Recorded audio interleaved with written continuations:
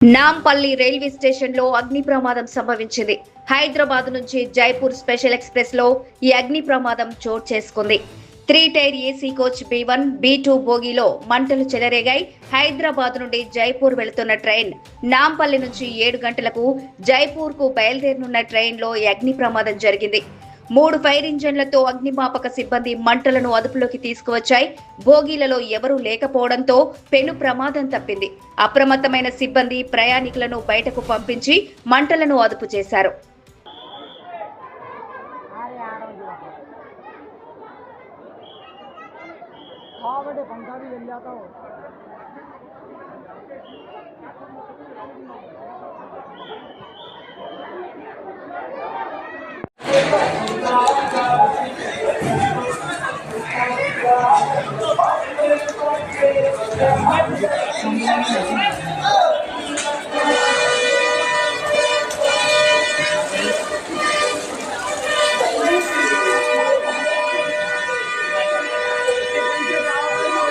movie है